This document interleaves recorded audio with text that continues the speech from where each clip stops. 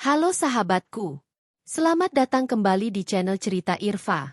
Siapa di antara kalian yang pernah merasakan bagaimana rasanya diperlakukan tidak adil hanya karena latar belakang keluarga? Atau bahkan, pernah berada dalam posisi di mana orang yang seharusnya melindungi, justru menjadi ancaman terbesar? Kisah kali ini akan membawa kita pada perjuangan seorang Laras menghadapi kekejaman tersembunyi dari Butatik, mertua yang berhati dingin. Butatik tega melakukan hal yang tak terbayangkan hanya karena meremehkan Laras dari keluarga sederhana. Kalian pasti penasaran bagaimana Laras, seorang ibu, menemukan keberanian dan kecerdasan untuk melindungi putranya, Bayu, dan membalikkan keadaan. Ini bukan sekadar drama balas dendam, tetapi tentang bagaimana martabat dan cinta kasih jauh lebih kuat dari kesombongan harta. Sebelum kita masuk ke bab 1, yuk tunjukkan dukungan kalian. Like video ini sekarang juga. Subscribe channel Cerita Irfa agar tidak ketinggalan update cerita menarik lainnya. Dan yang paling penting, komen di bawah dengan format nama, asal kota, hadir. Mari kita saksikan bersama bagaimana ketulusan akan menghukum kesombongan. Siap untuk mendengar kisahnya? Laras memejamkan mata, mencoba menikmati kehangatan selimut sutra di atas ranjang king size yang didominasi warna emas. Namun, kemewahan itu terasa dingin. Sudah 3 bulan ia tinggal di rumah megah mertuanya, Butatik, setelah melahirkan putra pertamanya, Bayu. Secara materi, ini adalah kehidupan impian bagi banyak orang. Tapi bagi Laras, setiap sudut rumah ini terasa seperti labirin sunyi yang menguji jiwanya. Di balik senyum ramah yang ditunjukkan Butatik saat Tio, suaminya, masih berada di rumah, ada tatapan setajam sembilu yang selalu menyambut Laras. Kamu beruntung Tio mau menikahi kamu, Laras. Ingat itu. Tidak semua wanita dari latar belakang sepertimu bisa menginjakan kaki di rumah ini. Bisikan itu selalu datang setiap Tio pergi bekerja. Kalimat itu diucapkan dengan nada datar, tanpa emosi, namun mampu menusuk harga diri Laras hingga ke ulu hati. Laras tahu, Butatik tidak pernah sudi memiliki menantu dari keluarga yang dianggapnya rendahan. Masalahnya bukan hanya pada kata-kata tajam Butatik. Masalah ini menyangkut Bayu, putra semata wayang Laras. Bayu, yang kini baru berusia 3 bulan, adalah satu-satunya alasan Laras bertahan dalam lingkungan yang terasa begitu mencekik. Beberapa minggu belakangan, Laras mulai mencatat keanehan. Bayu akan terbangun setiap tengah malam, menangis melengking seolah ia tidak diberi makan selama berjam-jam. Padahal, Laras sangat disiplin dalam jadwal menyusui dan pemberian susu formula tambahan yang disarankan dokter. Laras selalu memastikan Bayu mendapatkan porsi yang cukup sebelum ia tidur. Suatu sore, Laras menyiapkan 2 botol susu formula di meja pantry, ditutup rapat, siap digunakan untuk malam hari. Ia pergi ke kamar mandi sebentar, hanya 5 menit. Ketika kembali, hanya ada 1 botol di sana. Laras mengerutkan dahi. Ia yakin sekali sudah menyiapkan 2 botol. Ia berpikir mungkin Tio yang membawanya atau ia salah hitung. Kejadian serupa terulang keesokan harinya, dan hari berikutnya. Kejanggalan ini terasa semakin nyata. Stok susu formula Bayu yang baru dibeli selalu habis lebih cepat dari perhitungan. Sementara berat badan Bayu justru tidak menunjukkan peningkatan signifikan, bahkan cenderung stagnan. Laras mulai resah.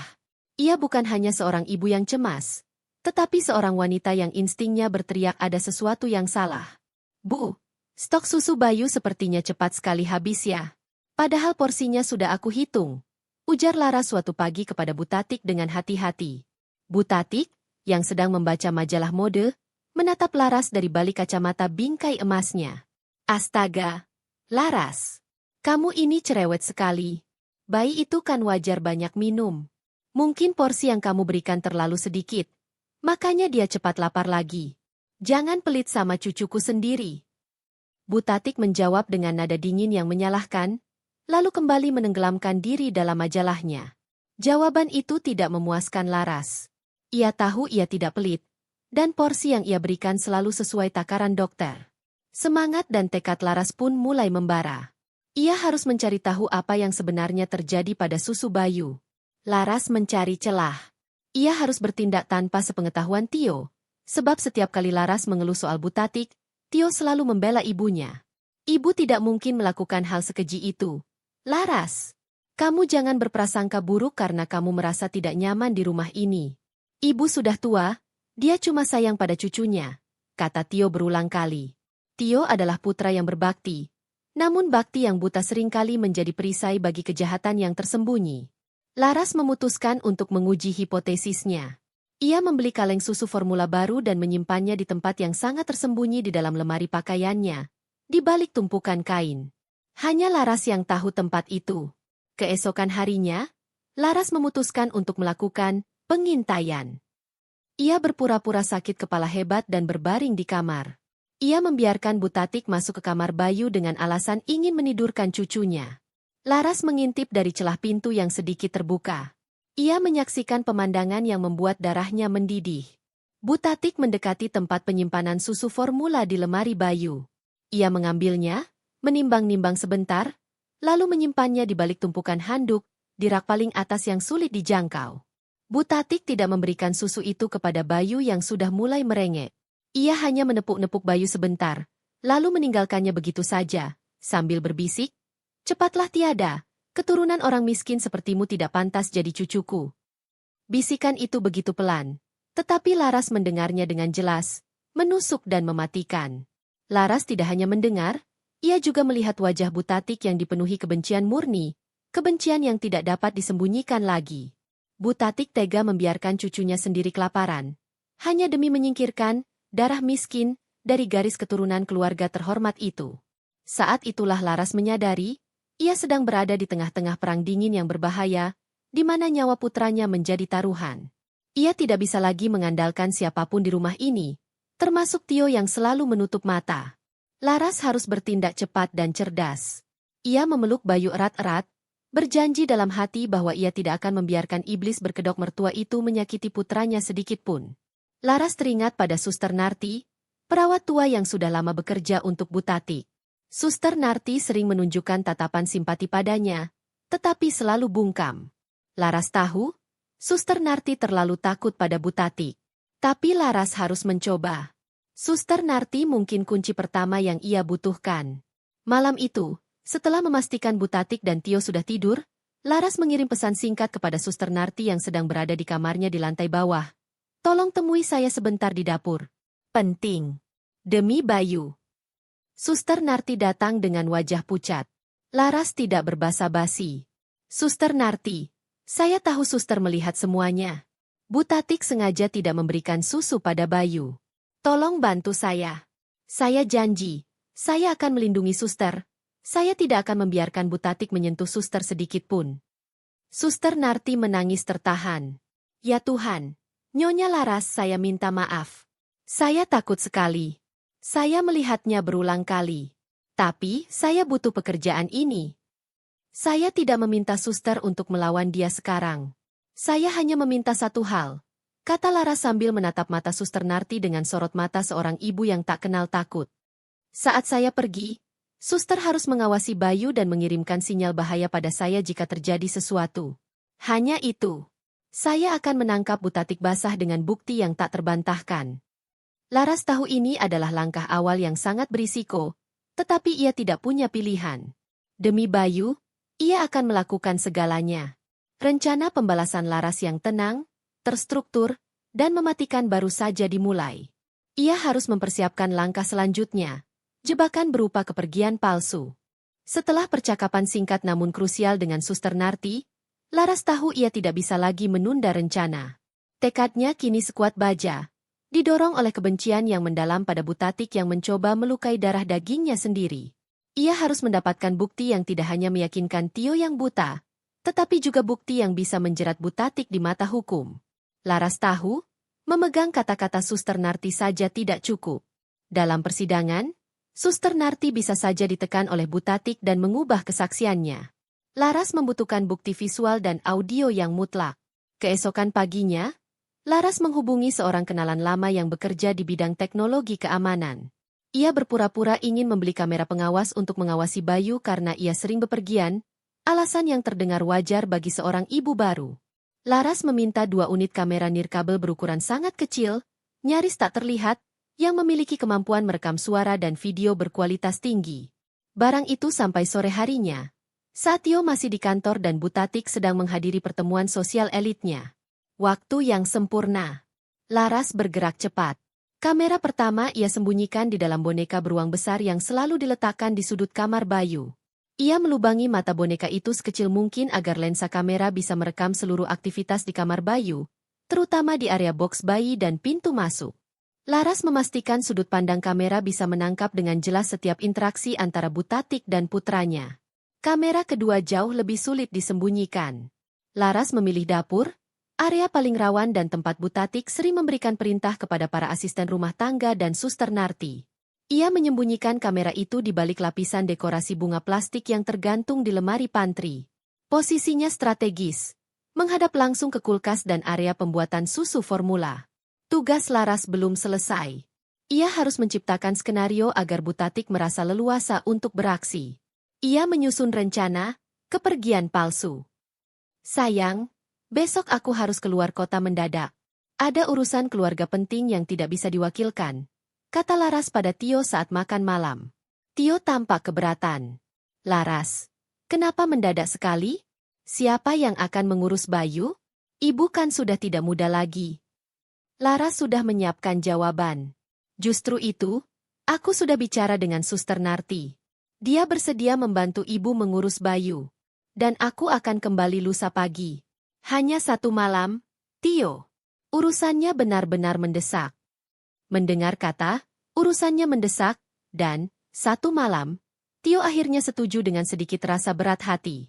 Namun, ekspresi Butatiklah yang paling menarik perhatian Laras. Mata Butatik berkilat kegirangan, meskipun ia berusaha keras menyembunyikannya di balik ekspresi pura-pura khawatir. Ya ampun Laras, kamu harus hati-hati di jalan. Biar ibu yang urus Bayu. Kamu tenang saja, cucu ibu pasti baik-baik saja. Kata-kata Butatik terdengar seperti musik kemenangan di telinganya.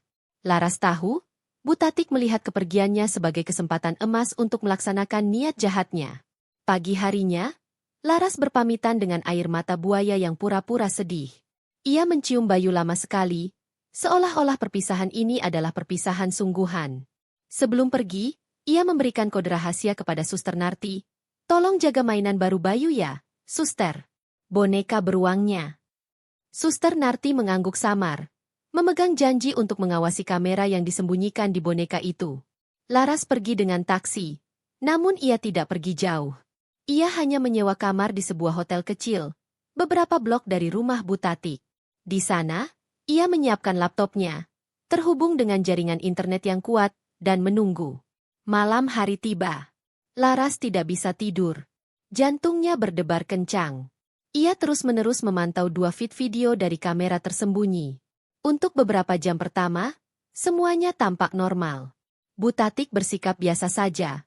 Bahkan sempat memeriksa Bayu sebentar. Namun, sekitar pukul 11 malam, aksi dimulai. Butatik masuk ke kamar Bayu. Kamera merekam dengan jelas.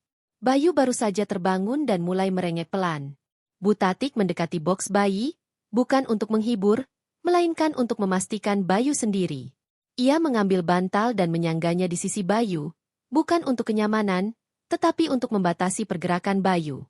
Setelah itu, ia mengambil kaleng susu yang sudah disiapkan Laras, membawanya ke dapur, yang terekam oleh kamera kedua, dan menyembunyikannya di belakang tumpukan kotak sereal, jauh di tempat yang tidak terlihat. Laras menyaksikan di layar laptopnya, tangannya gemetar. Butatik kembali ke kamar Bayu. Kali ini, rengekan Bayu sudah berubah menjadi tangisan keras yang memilukan. Butatik hanya berdiri di ambang pintu. Menangislah sepuasmu. Suara tangisanmu membuktikan bahwa kamu tidak layak hidup di sini. Keluarga kami tidak butuh keturunan lemah dari rahim seorang miskin. Bisik Butatik, suaranya pelan dan mengancam. Ia kemudian duduk di sofa kamar itu, membaca buku, membiarkan Bayu menangis tanpa ampun. Laras melihat Bayu kelelahan. Suaranya melemah. Ia mencoba mencari-cari sesuatu di sekitar box. Mungkin Bayu mencari botol susu yang biasa ia dapatkan. Melihat adegan itu, Laras nyaris melempar laptopnya dan berlari pulang. Tetapi ia menahan diri. Ia tahu, Bayu aman selama ia bisa memberinya makan begitu ia kembali. Yang penting saat ini adalah merekam bukti kejahatan yang tidak bisa dibantah. Pukul 3 pagi, tangisan Bayu sudah nyaris hilang, hanya menyisakan isakan kecil. Laras melihat Suster Narti masuk ke kamar Bayu, Wajahnya tampak panik. Suster Narti mencoba mendekati box, tetapi Butatik tiba-tiba muncul di pintu, memelototi Suster Narti. Jangan berani sentuh dia. Biarkan dia tidur. Kamu mau melawan perintah saya? Suster Narti mundur ketakutan. Laras melihat Suster Narti mengeluarkan ponselnya dan mengirim sinyal bahaya yang telah mereka sepakati. Sebuah pesan yang berisi satu kata, beruang. Laras langsung mematikan rekaman dan mengekstrak memory card dari receiver di hotel. Bukti ini sudah lebih dari cukup. Ia sudah merekam hampir 6 jam penuh penelantaran yang disengaja. Tanpa menunggu fajar, Laras check out dari hotel. Ia kembali ke rumah Butatik, langsung berlari ke kamar Bayu. Pintu kamar terkunci dari dalam. Laras menggedornya keras. Butatik membuka pintu dengan ekspresi terkejut yang dibuat-buat. Laras? Kenapa kamu sudah pulang? Bayu kan sedang tidur. Laras tidak menjawab. Ia menerobos masuk. Ia melihat Bayu terbaring lemas, wajahnya pucat, kulitnya terasa dingin saat Laras menyentuhnya. Amarah Laras meledak dalam keheningan yang mematikan. Ia segera mengambil Bayu, menciuminya, dan buru-buru menyiapkan susu formula dari stok rahasianya sendiri yang ia bawa dari hotel. Ia menyuapi Bayu perlahan, sambil memastikan Tio belum terbangun. Setelah Bayu mulai tenang dan kembali tertidur dengan napas teratur, Laras menghampiri boneka beruang. Dengan gerakan cepat, ia mengambil memory card dari kamera tersembunyi. Ibu. Laras berbalik, menatap Butatik yang berdiri di ambang pintu dengan senyum sinis. Kenapa? Laras? Anakmu tidak apa-apa, kan? Sedikit rewel itu biasa. Mungkin dia memang bayi yang lemah, kata Butatik dengan nada mengejek. Laras memeluk memory card itu di balik punggungnya. Tatapannya dingin. Matanya memancarkan tekad yang menakutkan. Bayu tidak lemah, Bu. Yang lemah adalah hati ibu. Tapi sekarang, permainan sandiwara ini sudah berakhir. Saya punya bukti. Laras berbisik. Suaranya nyaris tak terdengar, namun berisi ancaman yang sangat jelas. Butatik tertawa, tawa hampa yang meremehkan. Bukti apa? Nah, bukti bahwa kamu cemburu pada perhatian saya? Jangan konyol, Laras. Pulang dan istirahatlah. Kamu pasti lelah. Laras tahu, Butatik tidak akan percaya sebelum Laras menunjukkannya. Dan Laras belum mau menunjukkannya. Laras harus menunggu saat yang tepat, di mana Butatik tidak akan bisa mengelak lagi di hadapan Tio. Namun, Laras juga sadar, waktu sudah tidak banyak. Ia harus segera mencari cara untuk memutus rantai kekejaman Butatik ini, dan itu berarti ia harus membawa Bayu menjauh dari rumah ini. Melihat Butatik yang tenang dan meremehkan itu, Laras tahu ia harus segera menghubungi orang yang tepat.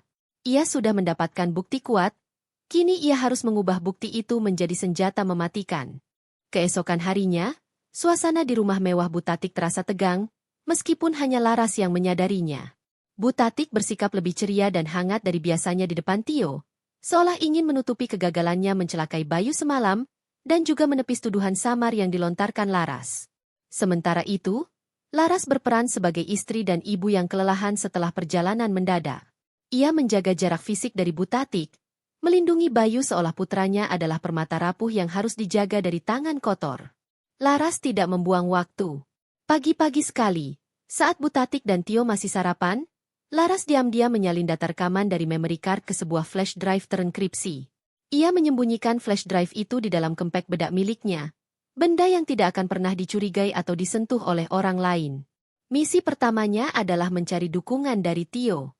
Laras masih berharap bahwa Tio, meskipun buta karena bakti, masih memiliki hati nurani seorang ayah. Sore harinya, Laras meminta Tio untuk menemaninya di kamar tanpa gangguan. Ia mengunci pintu.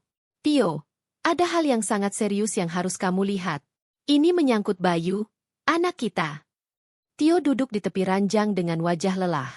Laras, aku sudah bilang, jangan terlalu sensitif. Ibu sudah berjanji akan menjaganya dengan baik saat kamu pergi. Tolong jangan berprasangka buruk pada ibu terus-menerus. Kamu membuatku lelah. Kamu harus melihat ini dulu, Tio. Setelah itu, kamu bisa menuduhku apa saja. Ujar Laras, suaranya mantap. Ia menyambungkan laptopnya ke televisi di kamar, dan memutar rekaman video dari malam sebelumnya. Layar televisi menampilkan adegan kamar Bayu yang remang-remang. Tio melihat Bayu menangis. Lalu ia melihat ibunya, Butatik, masuk. Awalnya, Tio tampak santai. Lihat, Laras. Ibu masuk, kan? Dia menjaga Bayu. Namun, senyum Tio perlahan memudar. Ia melihat ibunya menyembunyikan kaleng susu. Kemudian, Tio melihat dan mendengar dengan jelas momen yang menghancurkan hatinya. Butatik berdiri di pintu, membiarkan Bayu menangis histeris selama berjam-jam. Lalu bisikan kejam Butatik yang terekam jelas terdengar, menangislah sepuasmu. Suara tangisanmu membuktikan bahwa kamu tidak layak hidup di sini. Keluarga kami tidak butuh keturunan lemah dari rahim seorang miskin. Tio membeku. Wajahnya pucat pasi, seperti semua darah telah ditarik dari tubuhnya. Ia menatap layar, lalu menoleh pada Laras, matanya dipenuhi ketidakpercayaan dan kengerian. Ini pasti editan, Laras. Ibu tidak mungkin. Tidak mungkin dia setega itu pada cucunya sendiri. Tio berbisik, suaranya serak. Ia mencoba meraih flash drive itu, seolah ingin menghancurkan bukti tersebut. Laras menarik diri. Ini rekaman mentah, Tio. Lihat bagaimana ia membiarkan Bayu lemas karena kelaparan. Ini bukan tentang aku yang cemburu. Ini tentang percobaan penelantaran yang disengaja. Ini percobaan pembunuhan, Tio. Apa kamu masih akan menutup mata dan membela ibumu setelah melihat bagaimana ia membenci anakmu sendiri, hanya karena aku berasal dari keluarga biasa? Alih-alih mengakui kesalahan ibunya dan mendukung Laras, Tio justru jatuh ke dalam penyangkalan yang lebih dalam. Ia adalah putra yang dibesarkan dengan doktrin bahwa ibunya tidak pernah salah, bahwa Butatik adalah wanita sempurna. Menghadapi kenyataan ini menghancurkan seluruh dunianya. Ibu pasti sedang stres. Mungkin dia lelah. Dia hanya ingin Bayu lebih kuat, Laras. Ya, itu. Ibu hanya ingin Bayu kuat. Jadi dia mencoba mendisiplinkannya. Kamu salah menafsirkan niat baik ibu. Tio mulai berteriak. Suaranya dipenuhi frustrasi dan penyangkalan. Ia menolak melihat kebenaran yang begitu jelas di depan matanya. Disiplin dengan membiarkan bayi 3 bulan kelaparan sampai lemas? Kamu dengar sendiri, Tio, apa yang ibu katakan?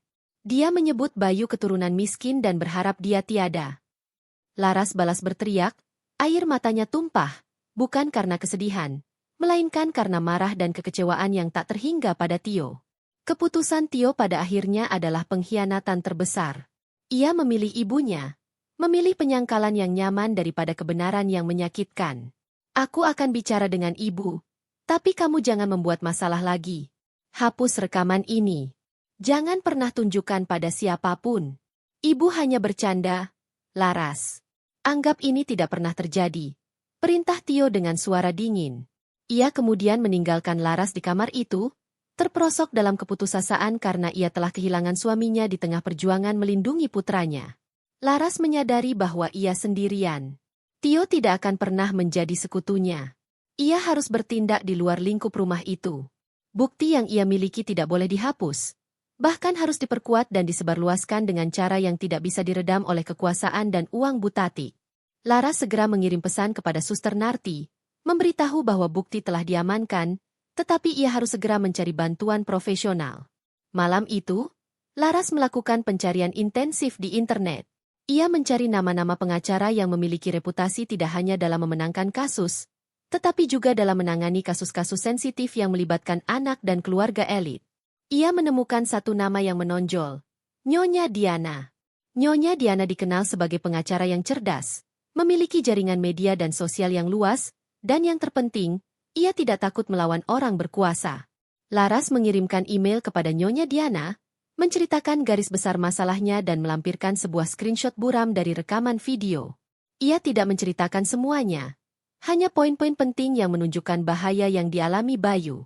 Keesokan harinya, balasan email datang. Nyonya Diana setuju untuk bertemu di luar rumah, di sebuah kafe yang jauh dari area elit tempat Butatik biasa berkumpul. Laras berbohong kepada Butatik dan Tio bahwa ia akan pergi ke dokter anak untuk pemeriksaan rutin Bayu. Saat bertemu Nyonya Diana, Laras menunjukkan rekaman penuh. Nyonya Diana menontonnya tanpa ekspresi, tetapi genggaman tangannya pada cangkir kopi menunjukkan betapa terkejutnya ia. Bukti visual dan audio ini kuat, Laras, kata Nyonya Diana setelah rekaman selesai diputar. Namun, jika kita bawa ke jalur pidana, itu akan menjadi perang yang panjang dan kotor. Bu Tatik punya uang dan pengaruh untuk menyewa tim pengacara terbaik.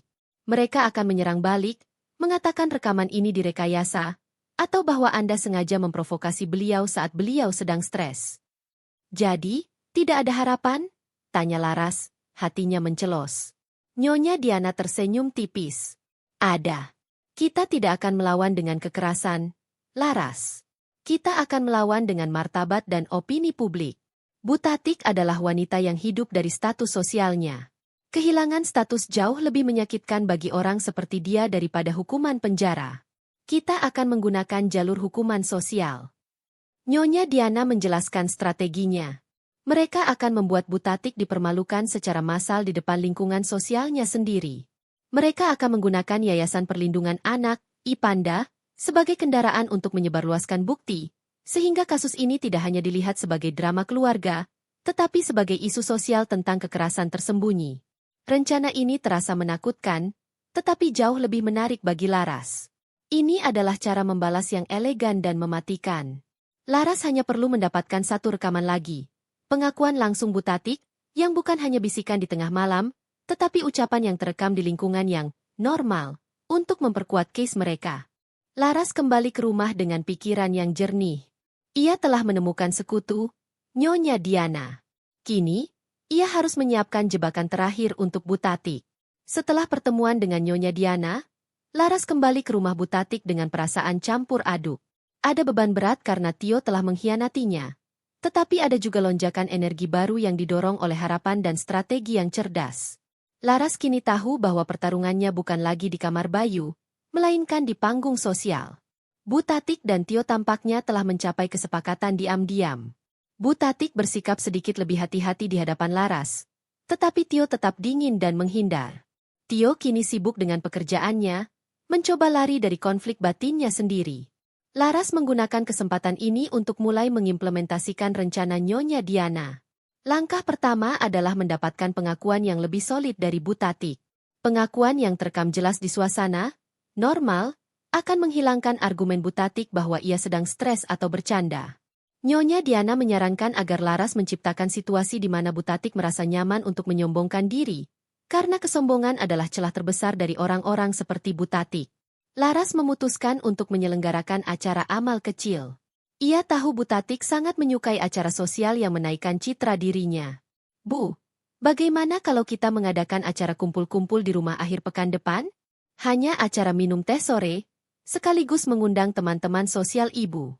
Kita bisa menggalang dana untuk yayasan anak yang kekurangan gizi, usul Laras dengan senyum manis yang dipaksakan. Mendengar kata, galang dana, mata Bu Tatik berbinar. Ia langsung melihat peluang untuk pamer kekayaan dan kepedulian palsu di depan teman-temannya. Ide yang bagus, Laras. Tapi tentu saja, ibu yang akan mengurus daftar tamunya. Jangan undang teman-temanmu yang aneh-aneh itu. Kita harus menjaga kualitas tamu. Laras mengiyakan tanpa bantahan. Itu justru yang ia inginkan. Lingkaran sosial Bu Tatik adalah juri yang sempurna untuk hukuman sosial ini. Selagi Bu Tatik sibuk menghubungi teman-temannya, Laras dan Nyonya Diana menyiapkan jebakan teknis. Nyonya Diana mengirimkan alat perekam suara mini berteknologi tinggi yang dapat menangkap percakapan di ruangan luas dengan kualitas sempurna. Alat ini berbentuk seperti liontin cantik yang sangat cocok dikenakan Laras saat acara itu. Pada hari acara minum teh, suasana rumah Bu Tatik meriah. Para wanita elit, dengan perhiasan berkilauan, berkumpul di ruang tamu mewah. Laras mengenakan liontin perekam itu, berhati-hati agar kabel kecilnya tersembunyi sempurna di balik blusnya. Tio, yang diminta Bu Tatik untuk hadir, berdiri canggung di sudut, sesekali melihat Laras dengan tatapan curiga. Laras mulai memancing. Ia bergabung dengan sekelompok wanita yang sedang memuji Bu Tatik atas ketulusannya mengurus cucu. Ya ampun, Bu Tatik, betapa beruntungnya Laras punya mertua seperti ibu. Ibu kelihatan sayang sekali pada Bayu. Padahal Laras kan masih muda dan dari keluarga biasa, ujar salah satu teman Bu Tatik, Ibu Wina. Bu Tatik tertawa kecil, tawa palsu yang terdengar dingin. Tentu saja saya harus bersikap baik di depan umum, Ibu Wina. Bayu adalah cucu saya, Dan saya harus menjaga citra keluarga kami. Bu Tati kemudian menarik Laras ke sudut yang lebih sepi, seolah ingin berbagi rahasia yang intim. Tanpa menyadari liontin Laras merekam semuanya. Dengar, Laras, bisik Bu Tatik, nadanya meremehkan. Kamu harus tahu diri. Aku mengadakan acara ini hanya untuk menunjukkan bahwa aku mampu menoleransi kehadiranmu. Aku tidak sudi garis keturunan suci keluarga ini tercemar oleh darah miskinmu. Anakmu, Bayu, jika dia tumbuh kuat, itu bukan karena kamu. Itu karena nama besar keluarga ini melindunginya. Laras menanggapi dengan pura-pura cemas. Tapi Bu, bukankah Bayu juga cucu ibu? Kenapa ibu selalu meremehkan saya? Saat itulah Bu Tatik merasa di atas angin, merasa superior dan tak tersentuh. Ia melangkah lebih jauh, mengulang niat kejamnya. Kamu ini bodoh atau pura-pura bodoh? Aku sengaja membuatmu lelah dan berharap anak itu lemah dan tidak bertahan. Tapi ternyata dia keras kepala. Sama sepertimu. Aku ulangi, Laras. Aku tidak sudi keturunanmu menjadi bagian dari keluarga kami. Aku berharap dia tiada agar Tio bisa menikah dengan wanita yang selevel. Kata-kata itu terekam jelas. Aku berharap dia tiada. Pengakuan ini, diucapkan dengan penuh kesadaran dan kesombongan, adalah senjata yang Laras butuhkan. Laras hanya tersenyum samar, mengucapkan terima kasih kepada Bu Tatik atas kejelasannya. Lalu segera mencari alasan untuk pergi dan mengirimkan rekaman itu kepada Nyonya Diana. Di kantornya, Nyonya Diana mendengarkan rekaman itu berulang kali. Sempurna, ujarnya kepada Laras di telepon. Pengakuan ini akan menghancurkan citranya di mata semua orang yang peduli pada anak. Sekarang, kita harus menyerahkan ini ke tangan yang tepat. Nyonya Diana dan Laras memutuskan untuk menghubungi Yayasan Perlindungan Anak Nasional, IPANDA. IPANDA adalah lembaga non-profit yang memiliki kekuatan moral dan jaringan media yang sangat kuat. Nyonya Diana menyiapkan materi presentasi yang sangat emosional, menggabungkan rekaman pertama, penelantaran di malam hari, dan rekaman kedua, pengakuan di acara amal. Pertemuan dengan Kepala IPANDA, Ibu Ratna, berjalan sangat intens. Ibu Ratna, yang dikenal tegas dalam isu hak anak, terkejut dan marah saat mendengarkan rekaman suara Bu Tatik. Ini bukan hanya kasus kekejaman pribadi, Laras, kata Ibu Ratna. Ini menunjukkan betapa bahayanya kesombongan status sosial yang meremehkan nyawa anak. Kami akan mengambil kasus ini. Kami akan mempublikasikannya, bukan untuk menghakimi Bu Tatik di pengadilan, tetapi untuk menghakiminya di mata publik. Tujuannya adalah membangkitkan kesadaran, sekaligus memberikan hukuman sosial yang paling menyakitkan baginya, pengasingan total. Laras mengangguk. Ia akhirnya merasa ada keadilan yang akan ditegakkan. Ia tidak butuh uang Bu Tatik. Ia hanya ingin putranya aman dan martabatnya dipulihkan. Laras tahu bahwa Tio akan marah besar jika tahu ia membawa kasus ini ke IPANDA dan media, tetapi kini Laras tidak peduli lagi. Prioritasnya hanyalah Bayu. Laras kembali ke rumah, wajahnya tenang. Ia mulai berkemas, menyusun rencana untuk segera membawa Bayu keluar dari rumah beracun itu sebelum bom waktu meledak. Ia sudah menyiapkan surat cerai yang akan ia layangkan begitu publikasi IPANDA dimulai. Laras siap menghadapi badai, karena ia tahu, kali ini, kebenaran ada di tangannya. Laras telah menyelesaikan persiapan untuk babak penghakiman sosial. Dengan persetujuan IPANDA, yang dipimpin oleh Ibu Ratna, mereka menyusun strategi untuk melancarkan serangan publik di tempat dan waktu yang paling krusial bagi harga diri Bu Tatik. Sasaran mereka adalah Dewan Sosial Wanita Elit, Kota, sebuah perkumpulan bergengsi tempat Bu Tatik menduduki posisi kehormatan. Kabar baik datang dari Nyonya Diana. Rapat bulanan Dewan Sosial Wanita Elit dijadwalkan akan diadakan lusa, di sebuah ballroom hotel bintang 5. Bu Tatik dijadwalkan memberikan pidato singkat tentang tanggung jawab moral kaum elit terhadap sesama. Ironi ini dimanfaatkan Laras dan Nyonya Diana sebagai waktu yang tepat untuk mengungkapkan kebenaran. Laras tahu, untuk melaksanakan rencana ini, ia harus hadir. Ia harus menampilkan dirinya bukan sebagai menantu yang lemah, melainkan sebagai istri Tio yang berhak hadir di lingkaran tersebut. Tio, besok sore aku ingin ikut ke acara Dewan Sosial Ibu, ujar Laras kepada suaminya. Tio, yang masih dalam mode defensif dan menghindar, menatap Laras tajam. Untuk apa? Itu bukan tempatmu, Laras. Ibu tidak akan suka. Aku adalah istrimu, Tio, ibu selalu menekankan betapa pentingnya menjaga citra keluarga. Jika aku tidak pernah muncul di acara-acara ibu, apa kata orang? Mereka akan berpikir kita bercerai atau aku dikucilkan. Balas Laras dengan argumen yang kuat, menggunakan logika Butatik sendiri. Tio terdiam. Ia tidak bisa membantah argumen itu. Citra keluarga adalah segala-galanya bagi mereka. Baiklah. Tapi jangan membuat ulah. Diam, duduk, dan temani ibu saja. Laras mengiyakan dengan senyum samar. Ia tidak akan membuat ulah. Ia hanya akan memutar sebuah film dokumenter singkat. Hari yang dinantikan tiba. Laras mengenakan gaun paling elegan yang ia miliki. Ia juga membawa sebuah tas tangan besar yang berisi proyektor mikro nirkabel dan pengeras suara saku yang disiapkan Nyonya Diana. Sebelum berangkat, Laras memeluk Bayu lama sekali. Ia sudah mengatur Suster Narti dan seorang pengasuh baru dari Ipanda untuk menjaga Bayu di tempat yang dirahasiakan begitu kekacauan dimulai. Setibanya di hotel, suasana sangat formal. Butatik terlihat sangat bahagia, dikelilingi oleh para pengagumnya. Tio berdiri mendampingi Butatik, tampak bangga. Laras duduk di barisan belakang, berdekatan dengan pintu keluar, sesuai rencana. Ia mengirim sinyal pada Nyonya Diana, yang ternyata juga hadir menyamar sebagai tamu undangan dari salah satu perusahaan mitra dewan. Acara dibuka dengan sambutan dan laporan tahunan. Tiba giliran Butatik naik ke podium. Butatik tersenyum lebar, memancarkan aura superioritas. Ia mulai berbicara tentang pentingnya kehangatan keluarga, perlindungan terhadap generasi muda, dan tanggung jawab sosial. Saat Butatik mencapai puncaknya, berbicara tentang betapa ia mencintai cucunya dan betapa ia mendedikasikan hidup untuk moralitas, Laras bergerak cepat. Nyonya Diana, yang berada di dekat sound system utama, berhasil menyambungkan flash drive Laras ke sistem audio ballroom.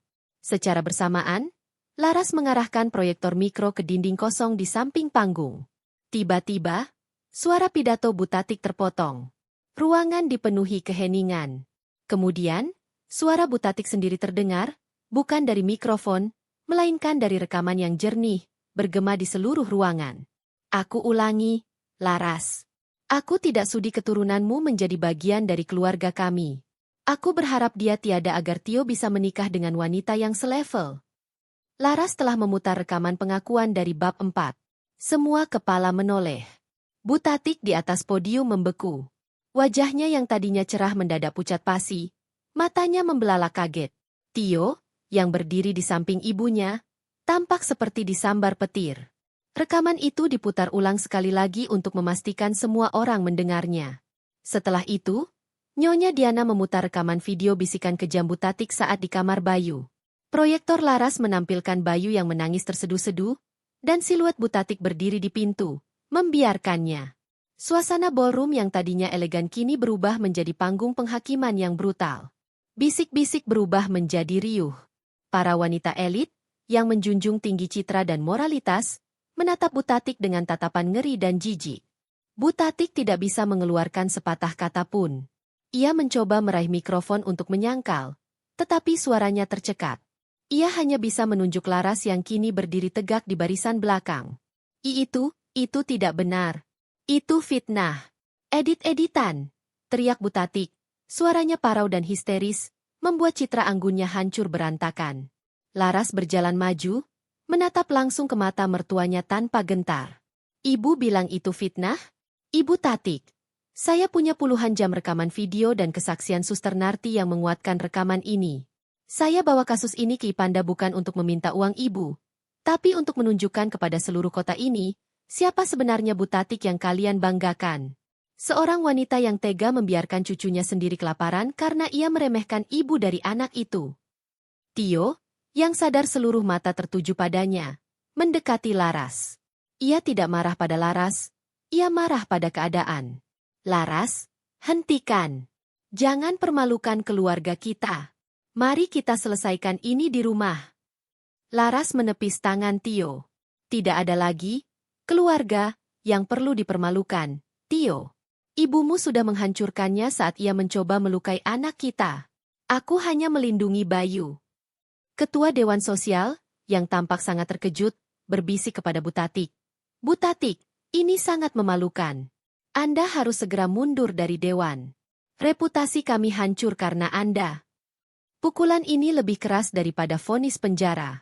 Butatik, yang hidup dari kekaguman orang lain, kini menyaksikan seluruh dunianya runtuh di hadapan para juri yang paling ia hormati, teman-teman sosialnya. Ia limbung, air matanya bukan air mata penyesalan, melainkan air mata kemarahan karena dipermalukan. Laras menoleh pada Tio. Aku sudah memberimu kesempatan untuk melihat kebenaran. Tio, kamu memilih untuk membela ibumu. Sekarang, aku memilih anakku dan martabatku. Laras, dibantu Nyonya Diana yang menemaninya keluar, meninggalkan ballroom yang riuh rendah itu. Di belakang mereka, Butatik merosot dari podium, sementara Tio masih berdiri mematung, menyadari bahwa ia baru saja kehilangan bukan hanya istrinya, tetapi juga martabat keluarganya. Laras telah memenangkan pertempuran opini publik. Namun, perjuangan untuk melepaskan diri dari Butatik dan memutus hubungan dengan Tio baru saja dimulai. Kekacauan yang terjadi di rapat Dewan Sosial Wanita Elit menyebar bak api.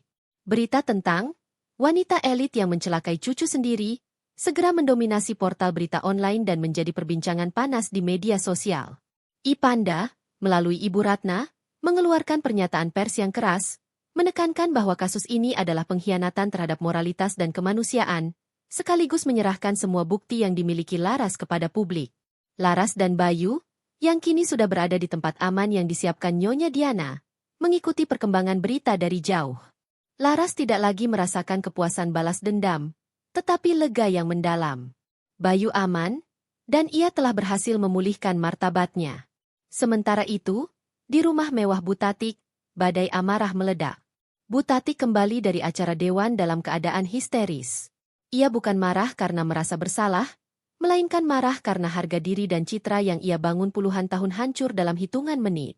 Teleponnya terus berdering, bukan dari teman-teman yang simpati, melainkan dari wartawan dan kolega yang menuntut penjelasan dan menuduhnya. Rekening banknya mulai menunjukkan masalah. Beberapa pinjaman bisnisnya ditangguhkan karena reputasi yang hancur. Sasaran amarah Butatik adalah Tio. Kamu, kenapa kamu biarkan istrimu yang rendahan itu menghancurkan kita semua? Kamu harus tuntut dia. Ambil anakmu. Hancurkan dia. Teriak Butatik sambil melempar vas bunga mahal. Tio, yang baru saja kembali dari kantor dengan wajah lelah dan malu yang tak terhingga, tidak bisa lagi membela ibunya. Hari itu, ia harus menghadapi tatapan jijik dari rekan kerjanya. Reputasi perusahaannya pun ikut terancam karena skandal ibunya. Ibu, berhenti, teriak Tio, suaranya dipenuhi frustrasi yang akhirnya meledak. Ini adalah pertama kalinya Tio membentak ibunya. Butatik terdiam, terkejut. Apa katamu? Kamu membentak ibumu demi wanita itu? Aku membentak ibu karena semua ini terjadi karena kebohongan dan kejahatan ibu. Tio menarik napas dalam-dalam, pandangannya beralih dari kemarahan menjadi kesedihan yang mendalam. Aku lihat rekamannya. Bu, aku lihat Bayu menangis dan ibu membiarkannya. Aku lihat ibu berharap Bayu tiada. Ibu, dia cucu ibu sendiri. Bagaimana ibu bisa setegak itu? Butatik mencoba menggunakan senjata andalannya. Manipulasi emosional. Aku melakukannya demi kamu, Tio. Demi masa depanmu. Wanita itu akan menghancurkan citra kita. Aku hanya ingin kamu menikah dengan yang selevel. Selevel? Tio tertawa getir. Apa gunanya level sosial? Bu, jika kita kehilangan hati nurani, aku kehilangan kepercayaan pada diriku sendiri, karena aku memilih percaya pada ibu daripada pada Laras. Laras tidak bohong. Ibu yang kejam. Tio mengeluarkan ponselnya, membuka halaman berita, dan menunjukkan ratusan komentar publik, bukan hanya kecaman, tetapi juga ajakan memboikot bisnis keluarga mereka. Ia menunjukkan artikel yang melaporkan bahwa Dewan Sosial telah mencabut keanggotaan kehormatan Butatik. Pukulan ini telak. Butatik mulai menangis, bukan karena penyesalan, melainkan karena kesadaran bahwa ia telah kehilangan segalanya. Citra, status, dan kini, putranya sendiri. Kamu tidak bisa pergi. Tio, aku ibumu. Kamu harus tinggal di sini. Mohon Butatik, suaranya berubah menjadi memelas. Tio menatap ibunya dengan tatapan kosong. Aku sudah mencoba meyakinkan diriku bahwa ibu hanya salah paham, Bu. Tapi setelah melihat Bayu di rekaman itu, Aku tahu aku tidak bisa lagi tinggal di sini. Tempat ini sudah beracun. Aku memilih istriku, Laras, dan anakku, Bayu. Tio segera menghubungi Laras melalui Nyonya Diana. Laras, aku minta maaf. Aku sangat menyesal. Aku buta. Aku sudah memilih. Aku ingin meninggalkan rumah ini. Tolong biarkan aku melihat Bayu. Laras, yang mendengar permohonan tulus Tio melalui telepon, merasakan dinding pertahanannya sedikit runtuh. Ia tidak membalas dendam pada Tio, tetapi Tio telah membayar mahal atas kebutaannya. Laras setuju untuk bertemu dengan Tio di kantor Nyonya Diana. Pertemuan itu sangat emosional. Tio menangis, memohon maaf atas keengganannya melihat kebenaran. Laras tidak langsung memaafkan, tetapi ia melihat ketulusan di mata Tio. Aku tidak memintamu untuk membenci ibumu, Tio. Aku memintamu untuk memilih yang benar. Kamu sudah membuat pilihan yang sangat terlambat, tapi aku menghargainya. Keputusan Tio kini jelas. Ia akan menceraikan Laras, sebagai tuntutan hukum dari Laras, tetapi ia ingin tetap menjadi ayah bagi Bayu dan membangun kembali hubungannya dengan Laras di lingkungan yang sehat. Tio sadar, ia tidak bisa lagi tinggal di rumah Butatik. Tio mengambil keputusan paling berani dalam hidupnya.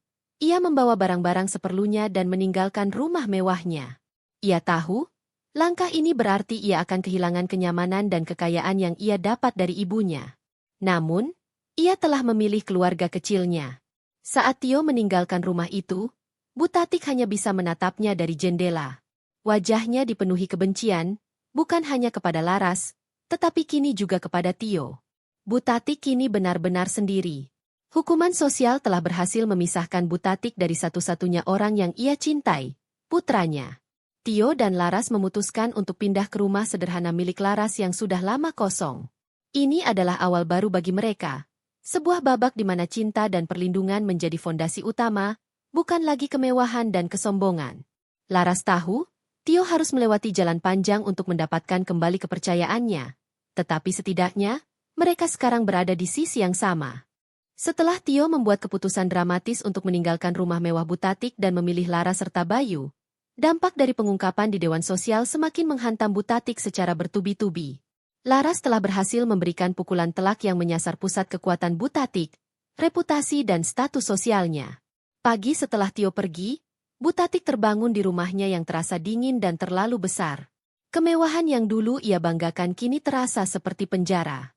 Teleponnya terus berdering, bukan lagi dari wartawan, melainkan dari para asisten dan sekretaris perkumpulan sosial yang ia ikuti. Satu persatu, keanggotaan kehormatannya dicabut. Yang paling menyakitkan adalah dicabutnya keanggotaan dari sebuah klub golf eksklusif. Klub itu adalah tempat Butatik biasa memamerkan perhiasan dan kekuasaannya. Surat pencabutan itu berbunyi tegas, pelanggaran etika berat yang mencemari nama baik anggota lain. Bagi Butatik, dikeluarkan dari lingkaran tersebut sama mematikannya dengan diisolasi dari oksigen. Ia kehilangan panggung dan penontonnya. Para asisten rumah tangga di rumah itu mulai menunjukkan sikap yang berbeda. Mereka tidak lagi takut. Beberapa dari mereka, yang selama ini diam-diam menyaksikan perlakuan buruk Butatik terhadap Laras, mulai berani membicarakannya. Sejak kasus ini viral, mereka menemukan keberanian. Suster Narti, yang kini bersaksi secara terbuka di bawah perlindungan Ipanda, menjadi pahlawan kecil bagi orang-orang yang tertindas. Butatik menjadi paranoid. Ia takut setiap orang yang mendekatinya adalah wartawan atau pengkhianat. Ia mencoba menghubungi teman baiknya, Ibu Wina, yang sempat menyaksikan insiden di Dewan Sosial. Wina, tolong bantu aku. Katakan pada mereka bahwa ini hanya salah paham keluarga. Mohon Butatik melalui telepon. Ibu Wina menjawab dengan suara dingin yang mematikan. Maaf, Tatik. Aku tidak bisa. Ancamanku kini bukan hanya dicabut keanggotaan, tetapi juga dijauhi oleh orang tua di sekolah anakku. Mereka takut aku bergaul dengan orang yang tega mencelakai cucu sendiri. Aku tidak bisa membahayakan reputasi keluargaku demi kamu. Aku sarankan kamu hadapi masalahmu sendiri. Sambungan telepon itu terputus. Butatik melempar ponselnya ke dinding. Ia benar-benar sendirian. Pukulan kedua datang dari sektor finansial. Skandal publik yang melibatkan kekejaman terhadap anak memiliki dampak buruk pada bisnis Tio yang sebagian besar didanai oleh aset Butatik. Bank dan investor mulai menarik dukungan mereka, khawatir reputasi buruk akan menjalar ke perusahaan. Tio, meskipun sudah keluar, harus menanggung kekacauan ini. Ia dan Nyonya Diana harus bekerja keras untuk memisahkan aset Tio yang sah dari masalah Butatik. Butatik, yang marah karena putranya pergi, justru mempersulit proses pemisahan aset, berharap Tio kembali demi uang. Namun, Tio menolak. Ia telah memilih kemiskinan bermartabat daripada kekayaan beracun. Sementara Butatik sibuk berperang dengan dunia luar yang kini menghakiminya, Laras dan Tio mulai membangun kehidupan baru di rumah Laras yang sederhana. Rumah itu kecil, tetapi dipenuhi kehangatan. Bayu, yang kini mendapatkan perhatian penuh dan nutrisi yang cukup, mulai menunjukkan perkembangan yang pesat. Tangisnya berubah menjadi tawa. Proses perceraian Laras dan Tio sedang diurus Nyonya Diana. Laras tetap mengajukan gugatan cerai sebagai formalitas untuk melepaskan diri dari ikatan keluarga Butatik, meskipun secara emosional Tio sudah berbalik. Laras juga menuntut hak asuh penuh atas Bayu, sebuah tuntutan yang pasti dikabulkan mengingat bukti-bukti kekejaman Butatik. Butatik, yang mendengar kabar Laras mengajukan cerai dan menuntut hak asuh penuh, mencoba menggunakan trik terakhirnya. Ia mengirimkan pesan kepada Laras, bukan berisi ancaman, melainkan permohonan yang penuh kepalsuan. Laras, aku tahu aku salah. Tapi setidaknya biarkan aku melihat Bayu sesekali. Dia cucuku. Aku kesepian. Tulisnya. Laras hanya membaca pesan itu dan menghapusnya. Ia sudah tidak punya ruang lagi di hatinya untuk manipulasi Butatik. Hukuman yang paling kejam bagi Butatik bukanlah penjara, melainkan menyaksikan putranya dan cucunya hidup bahagia, jauh dari jangkauannya. Kisah Butatik menjadi pelajaran pahit di seluruh lingkaran elit. Ia kini menjadi simbol dari kesombongan yang menghancurkan diri sendiri. Rumah mewahnya yang megah menjadi monumen kesendirian. Ia kehilangan semua yang ia banggakan, bukan karena dirampok, tetapi karena diasingkan oleh orang-orang yang dulu ia anggap setara. Laras dan Tio, meskipun baru memulai dari nol, memiliki modal yang paling berharga. Cinta, kejujuran, dan Bayu yang kini tersenyum lepas. Bagi Laras, ia telah memenangkan pertempuran terbesar dalam hidupnya, bukan dengan mengalahkan, tetapi dengan mengisolasi racun dari kehidupannya dan putranya. Setelah gejolak emosional dan sosial yang hebat, Laras dan Tio kini memasuki fase pemulihan yang tenang. Mereka tinggal di rumah Laras yang sederhana, jauh dari hiruk-pikuk dan kemewahan palsu yang selama ini menyelimuti kehidupan mereka. Di sana, Laras, Tio, dan Bayu mulai membangun ikatan keluarga yang sesungguhnya, yang didasarkan pada kejujuran dan rasa saling percaya. Tio bekerja keras di pekerjaan barunya, sementara Laras mendedikasikan diri untuk merawat Bayu dan sesekali membantu Nyonya Diana sebagai asisten sukarela, memanfaatkan pengalaman teknisnya. Proses perceraian berjalan mulus. Mengingat bukti yang sangat kuat, Butatik tidak berdaya melawan tuntutan hak asuh penuh yang diajukan Laras. Tio setuju dengan semua persyaratan, termasuk perjanjian bahwa ia akan mendapatkan hak kunjungan yang fleksibel, tetapi ia tidak akan pernah membawa Bayu ke rumah Butatik. Laras tahu, keputusan ini adalah perlindungan terbaik bagi putranya. Di sisi lain kota, Butatik tenggelam dalam kesendirian. Hukuman sosial telah terbukti lebih efektif daripada hukuman penjara. Dikeluarkan dari Dewan Sosial, dijauhi teman-teman elitnya, dan ditinggalkan oleh Tio, ia kehilangan semua alasan hidupnya. Citra adalah nafasnya, dan kini nafas itu direnggut. Bahkan para pelayan dan asisten rumah tangga yang tersisa mulai bersikap dingin dan tidak hormat. Mereka melihat Butatik bukan lagi sebagai nyonya besar yang ditakuti, melainkan sebagai objek pemberitaan yang memalukan. Rumah besar itu sepi, dipenuhi gema amarah Butatik yang tak tersalurkan. Suatu sore, Tio memutuskan untuk mengunjungi Butatik. Bukan karena ia ingin kembali, melainkan untuk memberikan penutupan yang damai bagi dirinya sendiri. Ia datang sendirian, tanpa Laras dan Bayu. Butatik menyambut Tio dengan tangis dan pelukan yang mendramatisir. Tio, anakku, kamu kembali. Kamu pasti sadar bahwa Laras tidak layak untukmu. Kita bisa mengurus perceraian itu dan kamu bisa kembali ke sini. Tio melepaskan diri dari pelukan ibunya. Wajahnya datar. Aku datang untuk berpamitan, Bu. Aku sudah menandatangani surat cerai dan menyetujui hak asuh penuh Laras. Aku tidak akan kembali ke sini. Wajah Butatik berubah keras. Apa? Kamu memilih wanita itu daripada ibumu sendiri. Apa yang dia berikan padamu selain aib? Aku sudah membesarkanmu dengan kemewahan, Tio. Ibu membesarkanku dengan kemewahan. Tapi ibu tidak pernah mengajarkanku tentang hati nurani. Bu, balas Tio dengan suara tenang namun tegas. Laras mengajarkanku bahwa martabat jauh lebih penting daripada status. Bayu hampir mati karena keangkuhan ibu. Ibu harus menerima bahwa ibu salah. Bu Tatik berteriak histeris, menyalahkan Laras atas semua kemalangannya. Dia yang menghancurkan kita. Wanita miskin itu yang sengaja merekam dan menjebakku. Laras menjebak ibu karena ibu sudah berulang kali menjebak Bayu ke dalam bahaya. Laras hanya membela diri dan anaknya. Bu, itu naluri seorang ibu. Ibu telah kehilangan semua orang karena pilihan ibu sendiri. Tio menjelaskan, tanpa amarah, hanya rasa lelah dan sedih yang mendalam.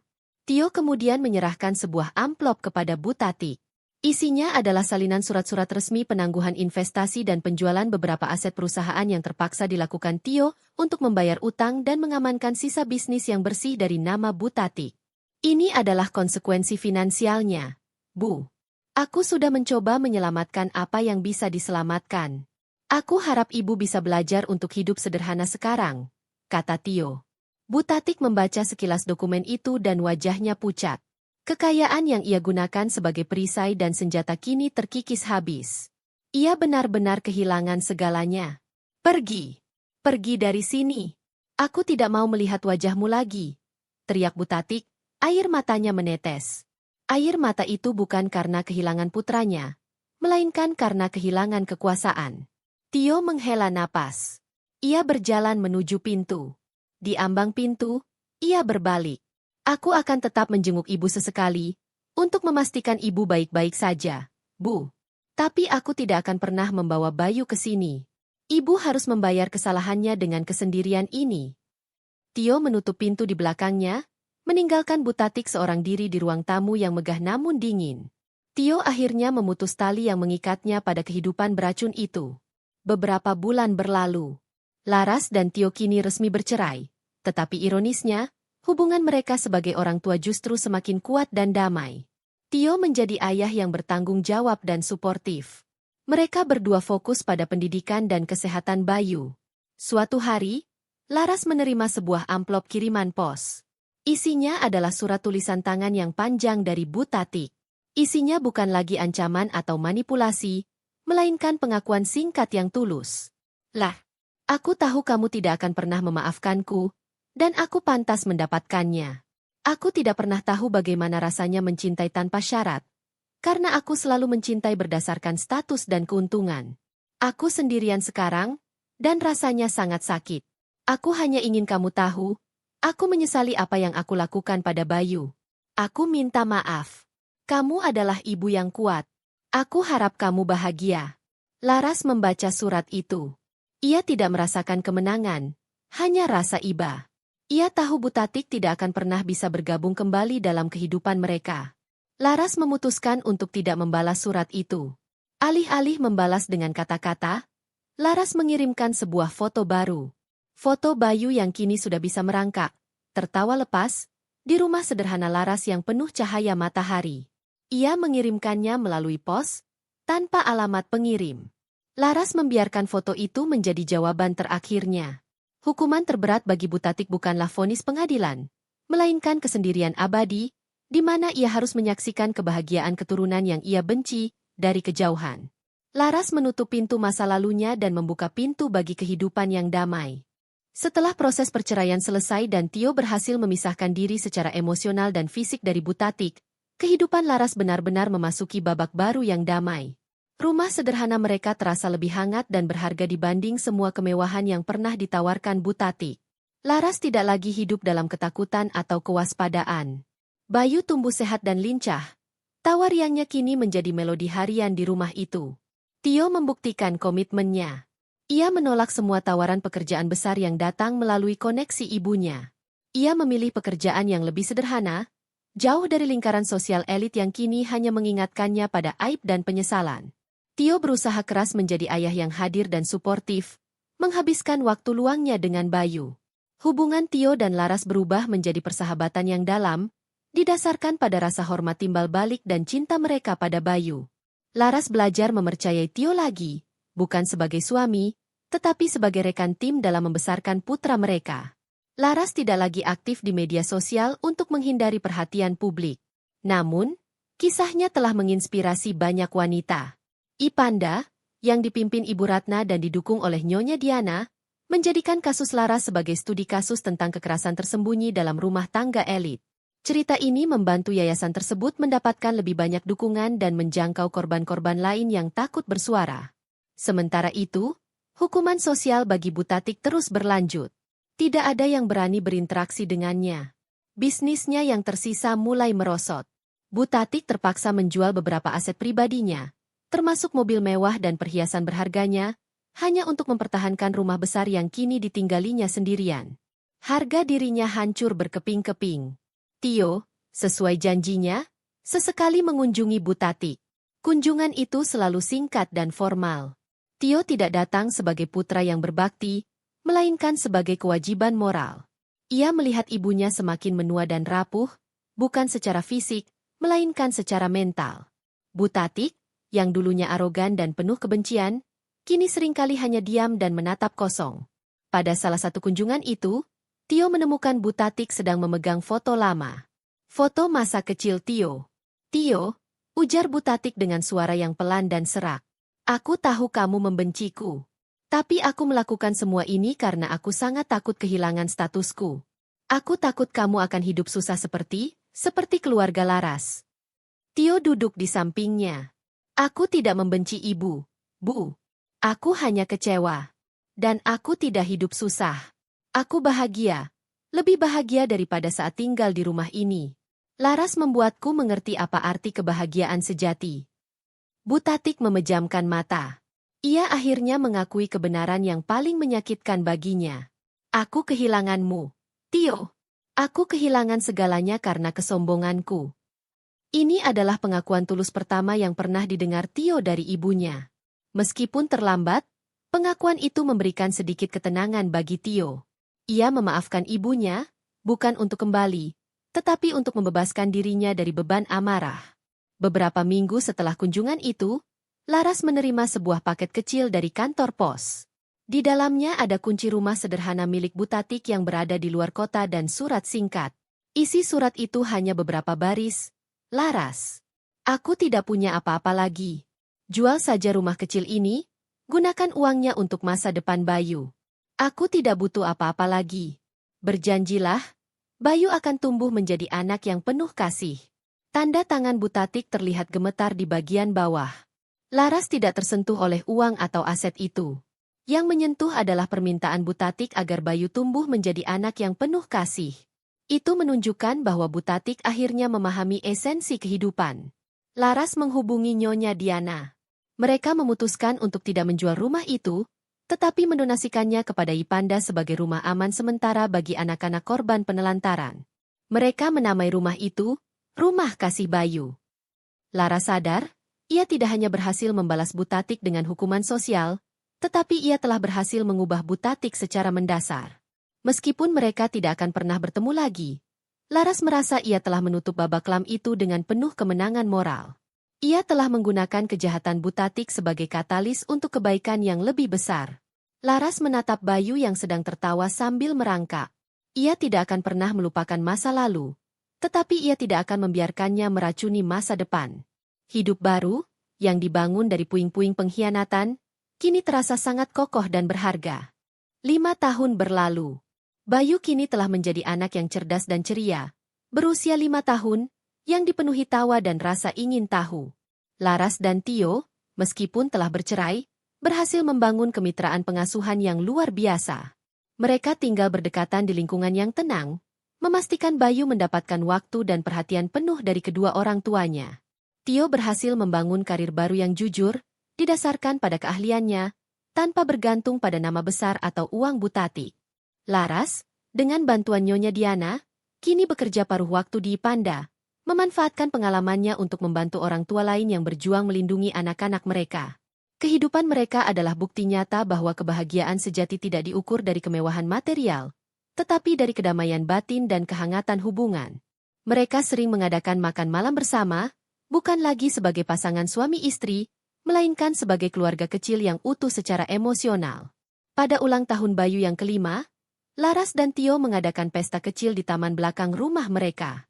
Bayu tampak bahagia, dikelilingi oleh teman-teman dan beberapa kerabat dekat Laras. Di tengah kehangatan itu, Laras melihat Tio menatapnya dengan pandangan penuh penyesalan sekaligus rasa syukur. "Laras," bisik Tio, "aku tahu aku tidak bisa meminta kita kembali, tapi terima kasih. Terima kasih karena kamu tidak pernah menyerah pada Bayu, dan tidak pernah membiarkan aku tenggelam dalam kebohongan ibu. Kamu menyelamatkan kami berdua." Laras tersenyum. "Kita berdua yang menyelamatkan diri kita sendiri, Tio. Kita berani memilih jalan yang sulit tapi benar." Di sisi lain kota, kehidupan Butatik benar-benar terisolasi.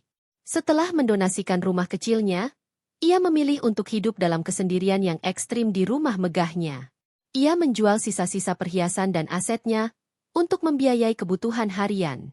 Tidak ada lagi pertemuan sosial, tidak ada lagi pujian, hanya keheningan yang mematikan. Reputasinya yang hancur telah menjadi tembok tinggi yang memisahkannya dari dunia luar. Ia membayar mahal atas kesombongan dan kekejamannya. Suatu pagi, Tio menerima panggilan telepon dari Suster Narti, yang kini menjadi pengasuh paruh waktu untuk Bayu. Suster Narti bercerita bahwa ia menerima kabar dari tetangga Butatik. Butatik jatuh sakit dan menolak untuk dirawat di rumah sakit. Tio merasa tergerak untuk mengunjungi ibunya untuk terakhir kalinya. Ia datang sendirian. Saat Tio masuk rumah itu, suasana terasa gelap dan berdebu. Butatik terbaring lemah di ranjang, tubuhnya kurus, aura kejam yang dulu ia miliki kini telah menghilang, digantikan oleh kerentanan yang menyedihkan. "Tio," panggil Butatik dengan suara lemah. "Aku di sini, Bu," jawab Tio, duduk di samping ranjang. Butatik meraih tangan Tio dengan lemah. Aku hanya ingin tahu, apakah Bayu bahagia?" Tio menunjukkan beberapa foto Bayu yang sedang tertawa di ponselnya. Wajah Butatik memancarkan sinar lembut yang belum pernah Laras atau Tio lihat sebelumnya. "Dia tidak mirip denganku, Tio. Dia punya mata ibunya," Butatik berbisik. "Mata yang penuh kasih." "Iya, Bu. Dia tumbuh menjadi anak yang penuh kasih, sesuai permintaan ibu," kata Tio, mengenang surat terakhir Butatik. Butatik memejamkan mata. Aku salah, Tio. Seluruh hidupku adalah kesalahan yang didasarkan pada kesombongan." Ia mengucapkan penyesalan terakhirnya. Beberapa hari kemudian, Butatik meninggal dunia, sendirian di rumah mewahnya. Tio mengurus pemakamannya dengan sederhana. Hanya Tio dan beberapa kerabat jauh yang hadir. Laras dan Bayu tidak hadir. Laras merasa tidak perlu lagi bertemu dengan mertuanya, bahkan di saat terakhirnya. Ia telah berdamai dengan masa lalu dan memilih untuk menjaga Bayu dari beban emosional yang tidak perlu. Kematian Butatik menjadi penutup babak kelam itu. Tio menjual rumah besar itu, menggunakan hasilnya untuk mendirikan sebuah yayasan kecil atas nama Bayu, yang fokus pada edukasi orang tua tentang pentingnya nutrisi dan kasih sayang bagi anak. Laras, Tio, dan Bayu melanjutkan hidup mereka. Mereka tidak kaya raya lagi, tetapi mereka adalah keluarga yang utuh, sejati, dan penuh cinta. Mereka membuktikan bahwa kehormatan sejati bukanlah gelar sosial atau kekayaan, melainkan integritas dan keberanian untuk melindungi yang tak bersalah. Laras telah memenangkan pertarungannya. Pesan moral: harga diri dan reputasi yang dibangun di atas kesombongan akan hancur oleh kebenaran, dan hukuman terberat bagi kejahatan hati adalah kesendirian abadi.